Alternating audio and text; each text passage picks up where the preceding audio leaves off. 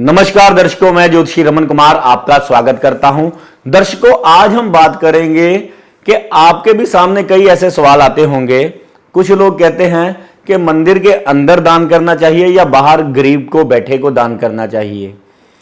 बहुत सारे लोग हैं जो कहते हैं कि मंदिर में अंदर चीजें चढ़ाने का क्या फायदा, बाहर गरीबों में बांटनी चाहिए। बहुत ही बढ़िया बात है, उनकी नीयत बहुत अच्छी होती है जो ये बातें करते हैं।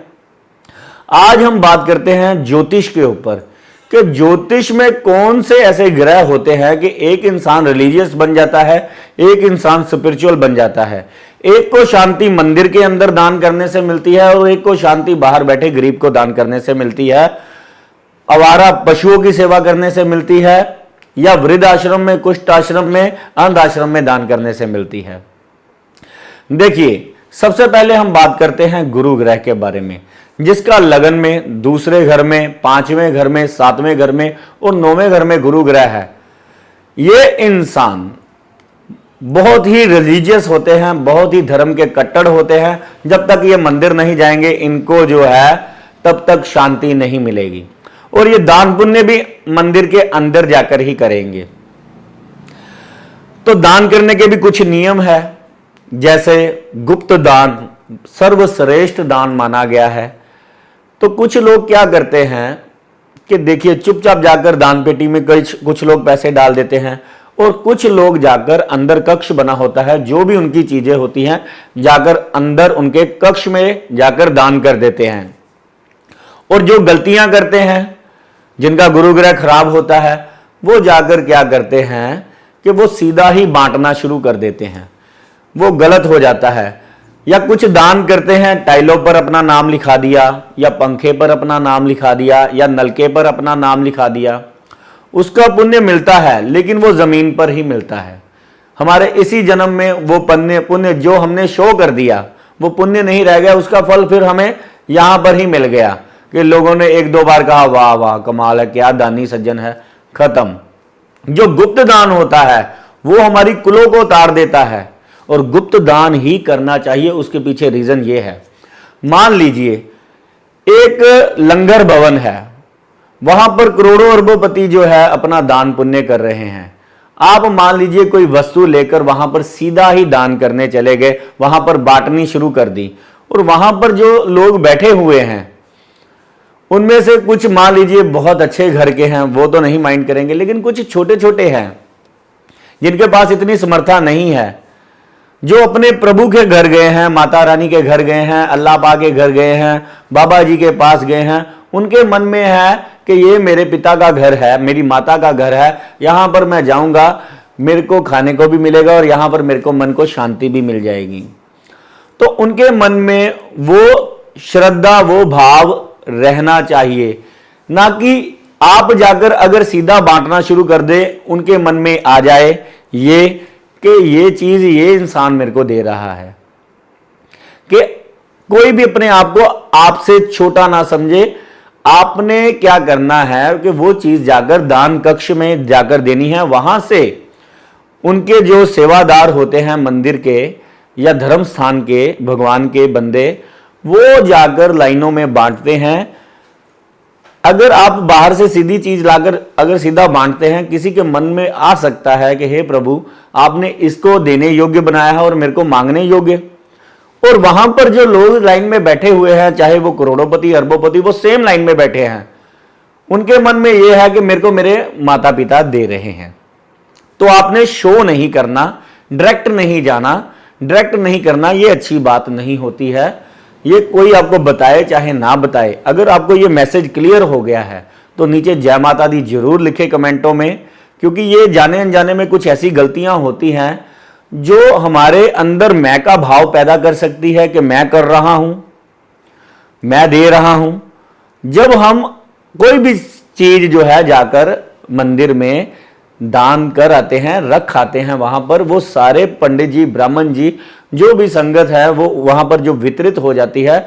आपने रख दी, आपका काम खत्म, आप जाकर लाइन में बैठे। वैसे ही जैसे ही वहां पर करोड़ों अरबोपति, क्योंकि आपसे भी ऊपर कई बैठे हुए हैं, लेकिन उनको ये चीजें पता है, वो बोलते नहीं हैं।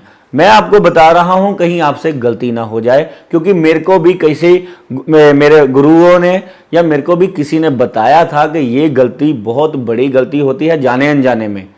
एक तो अहंकार का भाव आ जाता है कि मैं कर रहा हूं, और ऊपर से दूसरे के मन में यह भी आ सकता है कि मेरे को प्रभु क्यों छोटा बनाया।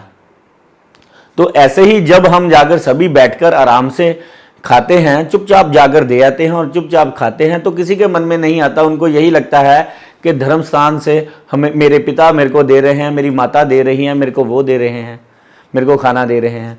तो कृपया करके इस चीज़ का ध्यान रखें। मैसेज आपको क्लियर हो गया होगा इस चीज़ का। तो स्पिरिचुअल जो होता है वो दान करता, रिलीजियस जो होता है वो मंदिर में दान करता है, और मंदिर में भी डायरेक्ट हम जैसों को ही मिलना होता है, इनडायरेक्टली। तो उसका दान करने का ये तरीका है।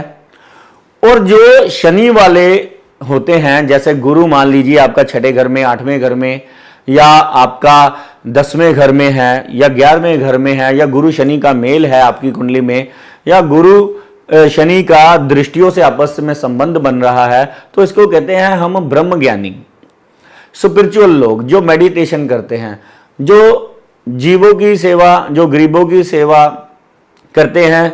कहते हैं कि मेरे अंदर ही परमात्मा है। आपने बहुत सारे ऐसे लोग दानी सज्जन देखे होंगे जो खुद यात्रा पर नहीं जाते, लेकिन बस का पूरा जो किराया है वो दे देते हैं कि मेरी ओर से जो है संगत जो है, बस का किराया मेरी ओर से, संगत फ्री जाए मेरी ओर से माथा टेकने।